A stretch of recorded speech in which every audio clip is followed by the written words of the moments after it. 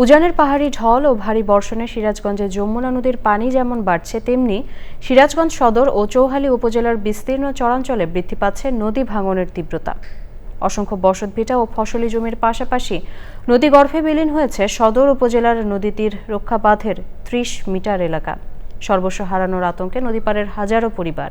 ফেরদৌস রবিনের তথ্য ও ভিডিওচিত্রে মোশাহিদ রনির রিপোর্ট। ভরা বর্ষার আগেই রুদ্ররূপে যমুনা। উজানের ঢল আর টানা ভারী বর্ষণে প্রতিনিয়ত বাড়ছে যমুনার পানি। এর সাথে পাল্লা দিয়ে বাড়ছে ভাঙনের নির্মমতা। ভাঙন তীব্রতায় ইতিমধ্যে সিরাজগঞ্জ সদর ও চৌহালির অসংখ্য বসতভিটা ও শত শত বিঘা ফসলি জমি যেমন বিলীন হয়েছে, তেমনি ভাঙছে সদরের নদী তীর রক্ষা বাঁধও। হুমকিতে বাহুকা, ইটালি, গজারিয়া, ভেওয়ামারা সহ বেশ কয়েকটি গ্রাম।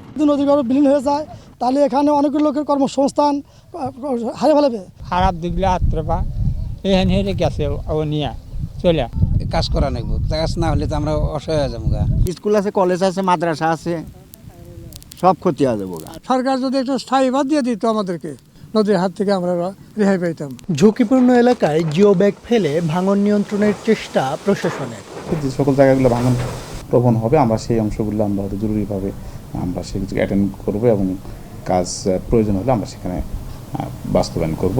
যমুনা অধ্যুষিত সিরাজগঞ্জের জীবন জীবিকা ও স্থানীয় অর্থনীতি রক্ষায় টেকসই ব্যবস্থা ও ব্যবস্থাপনার দাবি লাখো ভুক্তভোগী প্রাণের।